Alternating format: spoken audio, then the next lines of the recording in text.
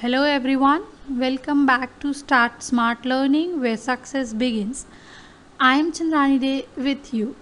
As we discussed earlier that today we are going to learn or discuss about the conclusion, that is our second chapter of the critical reasoning series.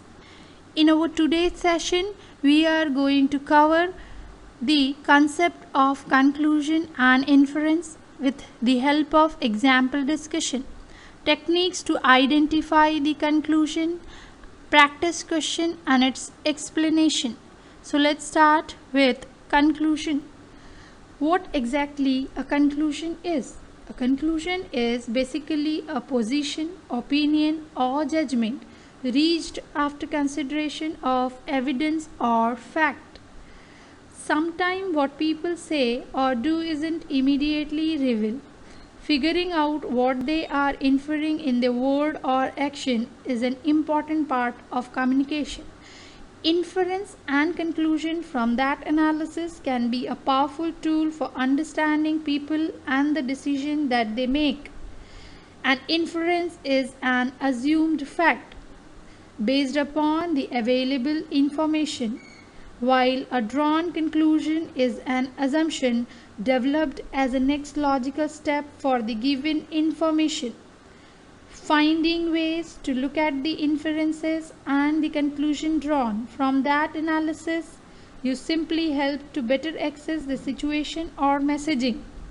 While these are the two tools, inference and conclusion, that works together, be cautious relying solely on what you determine is being inferred. The drawn conclusion is still subjected to the human perception. So, next we are going to discuss these two tools, which are inference and conclusion. So, let's start. Inference versus conclusion. Inference. Basically, an inference is something that uses facts to determine other facts, new facts or idea based upon the given situation. It is done by examining the fact of a given situation and determining what those facts suggest about the given situation. For instance, if you come with a knife in your hand in front of me, these facts suggest that I would probably infer that you mean to do some harm to me. Now let's take more example for clear understanding. If there are only white chairs in that hall, with the help of these facts we just infer that there is no black chair, no green chair or no other color chair in that hall. If 80% of our class consists of male, that means we just infer that the remaining 20% of class consists of female definitely. That means inference is not just a random guess, but it must be 100% true fact or evidence which is consistent with the given situation. Now, conclusion. A conclusion is the next logical step in the information series as we discussed earlier. A statement requires two conditions to serve as a conclusion. First, it must be logically derived statement from the given information. Second, it must not be inferred or stated from the given statement. For instance, if you see that my watch is broken, it can't be repaired now and I know the shop that has the same watch. With the help of these series of information, what we exactly derived or conclude, we just derive that I would buy that watch, and we cannot infer anything about the given watch like the color, brand or other attribute related to the watch. We just derive that I would going to buy that watch only. Now second example, if your friend Jane's current purse looks discolored and damaged, she has enough money to buy a new purse and she is in the purse aisle of store. These facts suggest or help us to conclude that she will buy a new purse. and we cannot derive other attribute of purse here. We just conclude that she is able to buy new purse rather than their other attribute or inference. So, inference is an educated guess, while conclusion is more about logically deriving the next step or the future step of the given situation. Similarity between these two tools is that both require figuring out what is not specifically stated in the given situation or the argument. Now let's take a common example to understand how to infer data from the given passage and how to conclude the situation. Our example is Rahul took a deep breath and dried his sweaty palms on his jeans. He looked down to the ramp and shivered. It was a step drop, but he had to go through with it. Everyone was staring straight at him. He put his skateboard down and got ready. He could do it. This is basically our situation, facts, or the argument. Now, our question is, what evidence help you to infer that Rahul was nervous? Now, let's evaluate each options one by one to infer it that Rahul was definitely nervous. The first option is he put his skateboard down and got ready. Second, his palm was sweaty. Third, he looked down to the ramp. And fourth, he could do it. So our first statement, he is his skateboard down and got ready, and fourth option, he could do it. Basically these two statements reflect a positive postures. That means these are not reflecting any kind of nervousness, so these two options are eliminated. Now second and third. Second option, his palm was sweaty. Sometime when generally we are nervous, we sweat, so his palm was sweaty, may be one of the answer choice. Now evaluate the third one. He looked down to the ramp. Looked down to the ramp, that means he is in the ready position for his competition or running, etc. So this could not be our answer. So definitely our final inference would be his palm was sweaty. That reflect that Rahul quite nervous. So this is our final answer. Now move on to the second question. Based on the evidence, it can be concluded that Rahul will do what? Evaluate options. He is probably not going down. Second, he is probably going to get on his skateboard and go down to the ramp. Third one, he is probably going to look at his friends and ask them what to do. And the fourth option, he is probably going to fix his skateboard.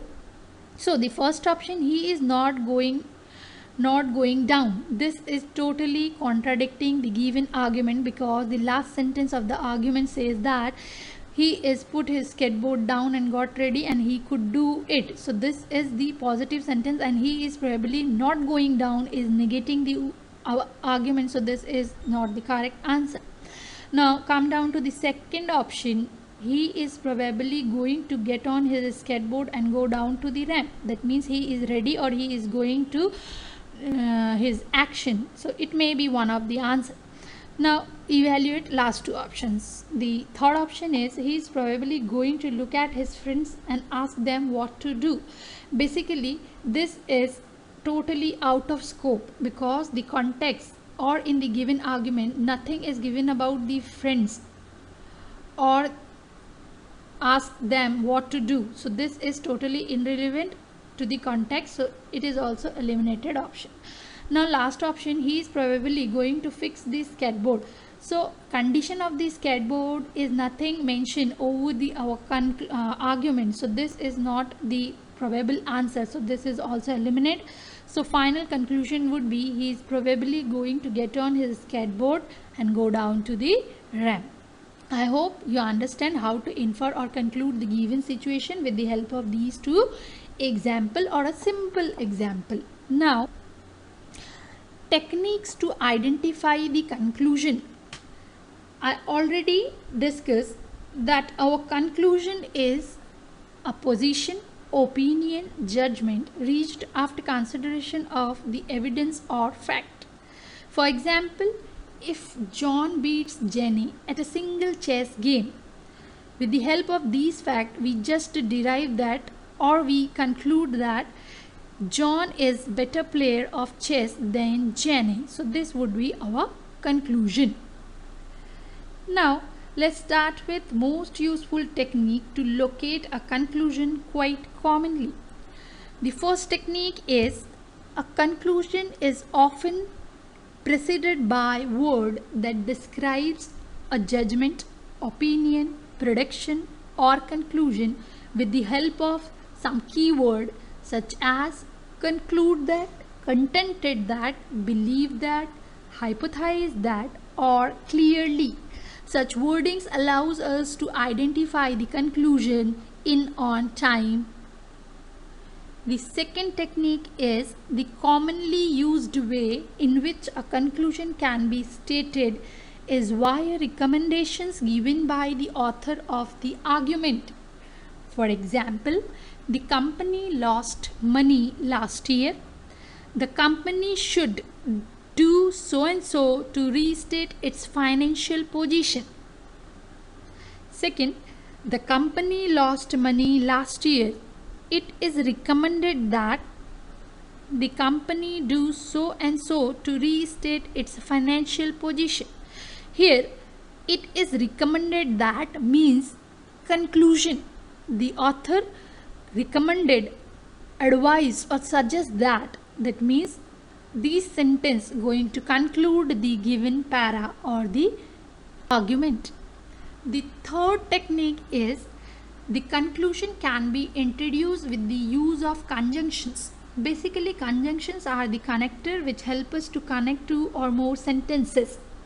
So, conclusion conjunctions help us to identify the conclusion which normally appears after such keywords such as therefore, thus, consequently, hence, so, which mean that it follows that. These are the keyword. Be remember therefore, thus, consequently, hence, so, which means that it follows that, etc. are the keywords. After the keyword the sentence appear is definitely our conclusion. For example, Jane is hungry, therefore she will be making herself a sandwich soon. So the sentence Jane is hungry, therefore indicate the conclusion conjunction, and the sentence appear after therefore indicate that these part are the conclusion. She will making sandwich herself soon is the conclusion because the reason behind is Jane is hungry, or premise is Jane is hungry, therefore she will be making herself a sandwich soon. Now the fourth technique is reason conjunction, also help to identify the conclusion which appears before the keywords or the reason words, which are because, since and as. Because, since and as. The structure of the sentence would be conclusion, then the keyword and then the premise. For example, Jenny will be making herself a sandwich soon because she is hungry. So before the word because, the she is hungry is definitely our premise, and before the keyword because, Jenny will making sandwich for herself is our conclusion, and after the keyword because she is hungry is definitely our premise. So with the help of reason conjunction we can identify two things. First of all, we can conclude our conclusion, and second, the premise of the given situation. Note, naturally this means reason conjunction can also help us to identify the premise too, which will appear immediately after this keyword that can be seen in the above example. That means she is hungry. So this is the basic technique for identifying conclusion of the given argument. Now, some difference between the conclusion and inference are as given. A conclusion, basically a decision, prediction of the future or next step of the future. It can be used to make additional information. With the help of conclusion, we can make more additional inferences too. A conclusion may or may not be stated in the given passage, but it is the main point of the given argument. Inference, basically a new facts idea based upon the existing fact, can be used to generate additional information to draw a conclusion. With the help of inference, we can draw more strong or accurate conclusion. Inference never stated in the given passage. It is inferred with the help of the given situation. Conclusion is never present in an inference question. Inference must be true. That means it should be 100% accurate or consistent with the given situation. It should be supported by a few premises too. So these are the basic difference between a conclusion and an inference. Now we are going to solve our practice question. In these practice questions, we are going to discuss at least 5 questions related to conclusion chapter. Here, one thing you have to remember that you are going to conclude the given situation, circumstances or the problem stated in the argument. That means what you are supposed to do here, you just going to derive the next logical step of the given situation with the help of series of information presented in the argument.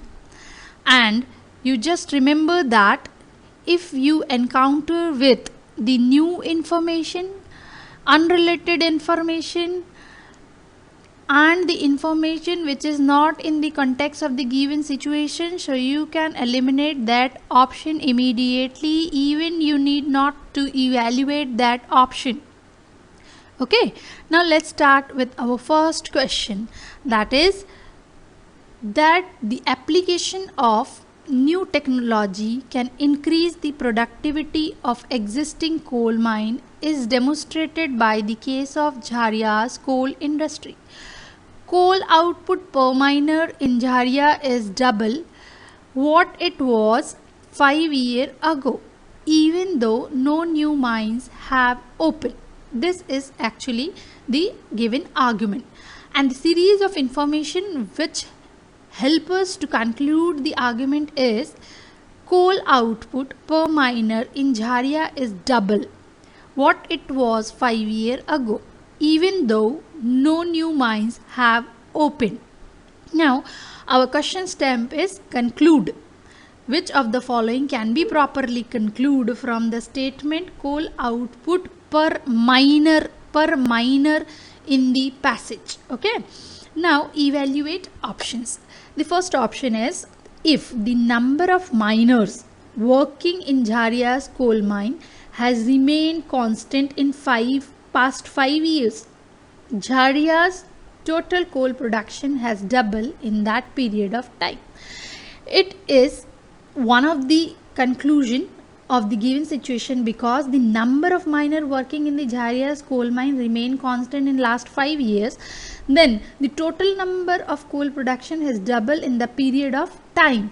That means if in the 5 years ago average coal production of the coal miner is X, then that X is equals to total number of production of the coal upon number of coal miners in that time.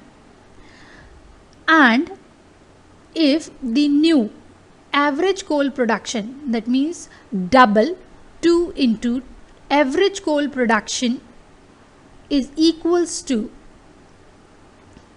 double the production upon total number of coal miners is equals to Y. That means X is the previous production, that is total production divided by total number of miner. while Y is equals to double the total production divided by the constant number of coal miner is equals to Y. So X is definitely less than Y because total production is double, just double. That is our answer. Now second one, any individual Jharia coal mine that achieve an increase in overall output in a past 5 years has also experienced an increase in the output per miner. So here the sentence, any individual Jharia's coal mine that achieve increase in overall output. We are not talking about any individual Jharia's coal mine. We are just talking about the coal output per miner in Jharia. So this is not the conclusion. Now move on to the third option. If any new coal mines has opened in Jharia in the past 5 years, then the increase in output per miner would have been even greater than it actually was. That means new coal mines had opened. That means this sentence contradicting the given argument, even though no new mines has opened is mentioned in our argument. So third option is definitely contradicting the given argument, so it is also not the possible conclusion. Now come down to the option 4. If any individual Jharia's coal mine has not increased its output, so not increase its output, no need to evaluate the full option, so eliminate this one too. Now fifth option, in Jharia the cost of producing a given quantity of coal has declined over the past 5 years. So this is totally out of context. The cost of production is not related to the given context, so this is not the correct answer. So finally our answer is first option. If the number of miner working in Jharia coal mine has remained constant in the past 5 years, that means the total coal production is double in that period of time. Now move on to the next question. Parasitic rap lay their egg directly into the eggs of various host insect in exactly the right number for any suitable size of host egg. If they lay too many eggs in the host egg, the developing rap larvae would compete with each other to death for the nutrients and space. If too few eggs were laid, the proportion of the host egg would decay, killing the rap's larva. Here, our main point is basically the parasitic rats lay their egg directly into the eggs of the various host insects in exactly the right number for any suitable size of host egg. That means the parasitic rats are going to lay their eggs in a host which matches the exactly right numbers for any suitable size of the host egg. So somehow the parasitic rats know the number of eggs and the size of eggs that matches the host eggs too. Okay, now our question is, which of the following conclusion can probably be drawn from the information above? So conclusion. Now evaluate each option. The first option is the size of the smallest host egg that a rat could theoretically parasite can be determined from the rat's egg laying behavior. So basically, size of the smallest egg that the rat could theoretically parasite can be determined from the rat's leg laying behavior. Yes, the parasite lay their eggs which matches the number and the size of the host egg. This reflects that the basically behavior they adapt to lay their egg with respect to the given host egg. Okay, so this may be our answer. Now evaluate more options too. Second one, host insect lack any effective defense against the form of reduction parasites by parasitic rats. So host insect lay an effective defense system. That means in the question nothing is given about the host insect, it's just given about the parasitic lay eggs directly into the host. That means parasitic lays behavior is given, anything not is given about the host insect. So this is not the possible conclusion. Now parasitic rats learn from experience how many eggs to lay into the egg of the different host species. That means learn from experience, this is the new information here. Parasitic learn from their experience is nothing about the related information of the context, so this is also eliminated. Now move on to the fourth option.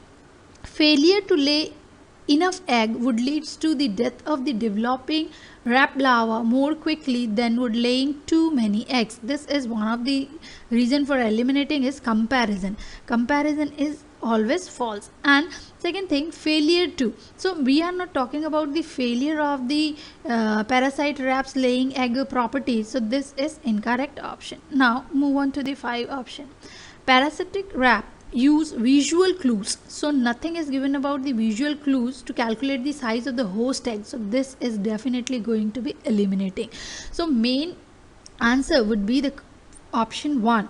The size of the smallest host egg that rat would theoretically parasite can be determined from the rat's lay egging behavior. That means if the host egg size is 4-inch long, the parasite lay the egg of the size 2-inch. If the host egg size is 2-inch, then it will be lay egg of 1-inch. So this is the smallest host egg that rat could theoretically parasite. Okay. Now move on to next one. Ronald. The alarming fact is that 90% of the people in this country report that they know someone who is unemployed. So Ronald's statement is basically the alarming fact, means critical situation, is that 90% of the people in this country now report that they know someone who is unemployed. Okay. Now second person, Saran. But a normal moderate level of unemployment is 5% with 1 out of 20 worker unemployed.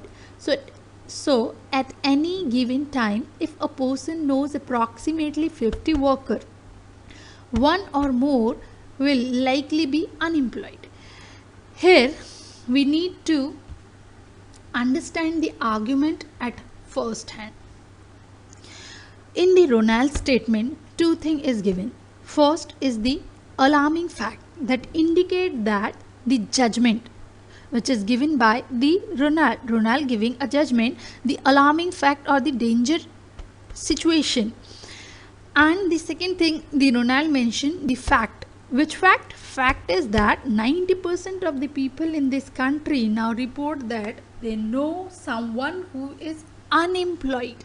So Ronald 2 point of the given sentence is alarming, the fact, that means judgment given by the Ronald, and fact, that is 90% of the people of the country knows someone who are employed. Now second here, Saran started his statement with the keyword but, a normal. Here but indicate that Saran going to encounter Ronald's judgment or the fact stated here. Now moderate level of unemployment, basically Sharon encounter the judgment of the Ronald alarming fact. That means Sharon encounter the Ronald's judgment alarming fact. That means moderate level of unemployment is 5% with 1 out of 20 worker unemployed. So that any point of time, if a person know approximately 50 worker, that means 1 or more people likely to be unemployed. Here Saran is not encounter the fact stated by the Ronald. She just encountered his judgment. The alarming fact is that, and Saran encountered that moderate and Ronald encountered that alarming fact. So both are contradicting the sentences. Okay. Ronald that this is a critical situation and Saran said no, this is the moderate level of unemployment. Okay. Now evaluate each option. Saran, Our question is, Saran's argument is structured to lead to which of the following as a conclusion? According to Saran, which of the following would be the conclusion is our question. Now, first option, the fact that 90% of the people know someone who is unemployed is not an indication that unemployment is abnormally high. That means Saran already said that this is the moderate level of unemployment, not the alarming. Okay, moderate level of unemployment, not the alarming. That means it is not the critical situation of the given Ronald's statement. So it may be our answer. Now move on to the second option. The current level of unemployment is not moderate. This option is definitely going to contradict the Saran's statement. Okay, because Saran said this is the moderate level of unemployment, and second option says that the current level of unemployment is not moderate. That means option 2 is eliminated. Come down to the option 3. If at least 5% of the worker unemployed, the result of questioning representative group of people cannot be the percentage Ronald cited. That means we are already discussed that the Saran encounter only Ronald's judgment, the alarming fact, not the fact cited by the Ronald here. So option 3 is not our answer. Now move on to the fourth option. It is unlikely that the people whose statement Ronald cited are giving the accurate report. The same thing is mentioned here in the fact stated by the Ronald. So this is not our answer would be. Now come down to the option 5. If an unemployment figure is given as a certain percent, not the exact person, the actual percentage of those without job has even higher. So nothing is given about the unemployment figure, but it is the generalized fact. We are dealing with the specialized fact of 90% of the people, 5% of the population, etc. So this is irrelevant here. So our final answer is the option 1, which is related to the Saran's argument or the statement here. Now move on to the next one. Last year, a woman was able to demonstrate that she contracted a bad case of food poisoning from a meal at a Chinese restaurant in Beijing, and she successfully sued the restaurant for a large sum of money. The story was popular in the town, and the size of the financial settlement made the national news. This year we have seen a number of copycat suits filed against each one of the 11 Chinese restaurants in Beijing, forcing these restaurants to hire lawyers and take steps to defend themselves in the court. So this is our argument. Okay, now the important point here is that, or the series of information that help us to conclude the given argument is forcing these restaurants to hire lawyers and take steps to defend themselves in the court. The reason behind these action is the food poisoning from meal at a Chinese restaurant in Beijing. Okay, now which of the following conclusion can be most popularly be drawn from the information above? The first option, patrons of Chinese restaurant in Beijing contract food poisoning at much higher rate than do patrons of any other kinds of restaurant in Beijing. So any other kind of restaurant in Beijing and the patron Chinese restaurant, these are the comparisons, so eliminate these option immediately. Now second one, for each of the 11 Chinese restaurant in Beijing, at least one of the person has contracted food poisoning from the meal on some occasion. It may be our answer, but it not confirmed here. So evaluate remaining option and then come to the second option again. The third option is the cooking method used for Chinese food are less likely to kill germs than cooking methods used in another cuisine. So this is also the method of cooking of Chinese food is not relevant here, so eliminate the option 3. Come down to the fourth option. This year, a number of citizens of Beijing have won substantial settlement as a result of lawsuit.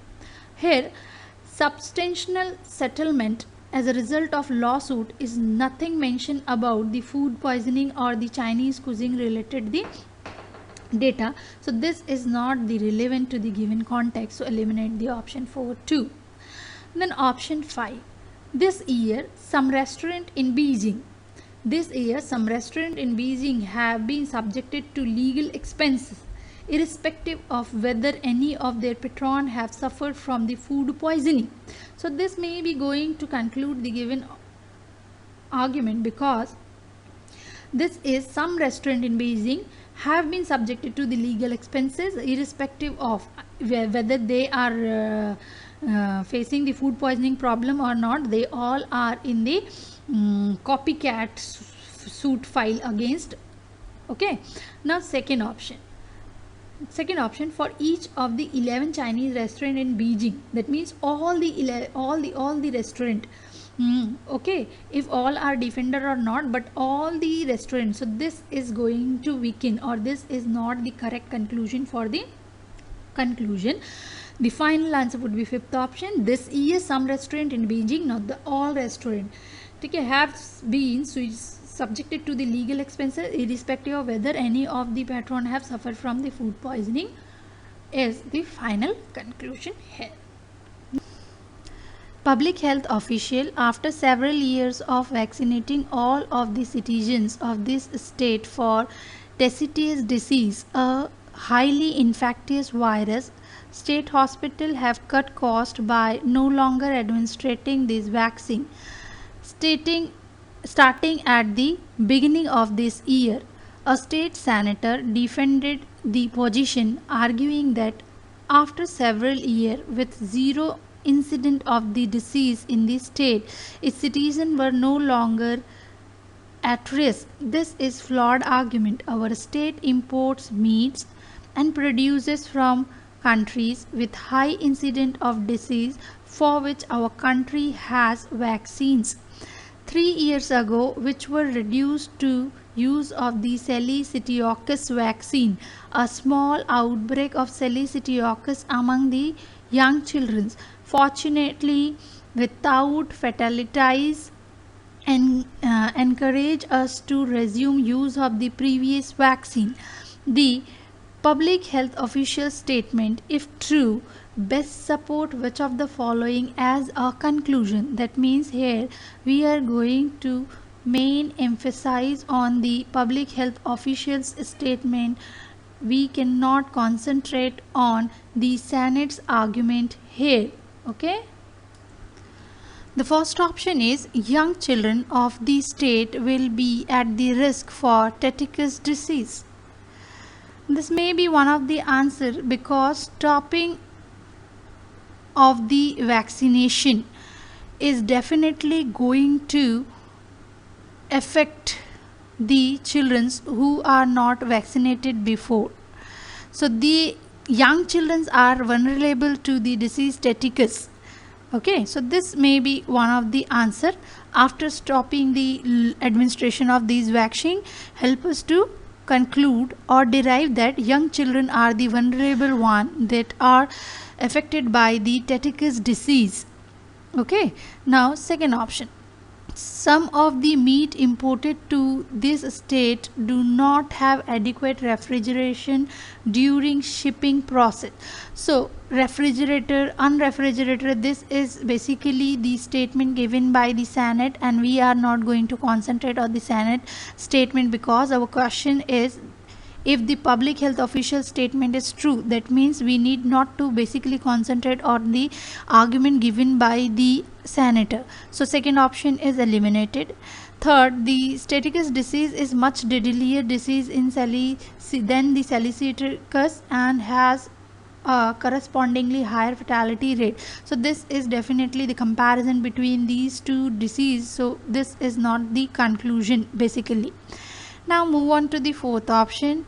No food product produced within the state bear any contaminants that could lead to either triticus disease or the solicitor disease. So this is the contamination of the food process is not stated anywhere in the argument. So this is not the possible answer.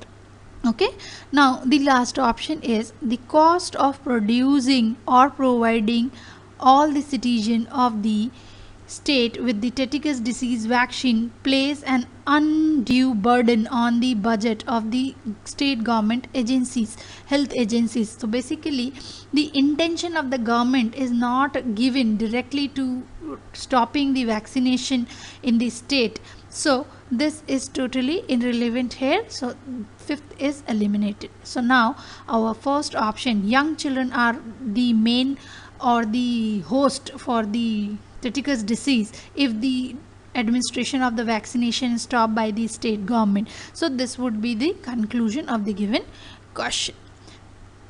Okay, I hope you understood the concepts and the examples of the chapter conclusion here.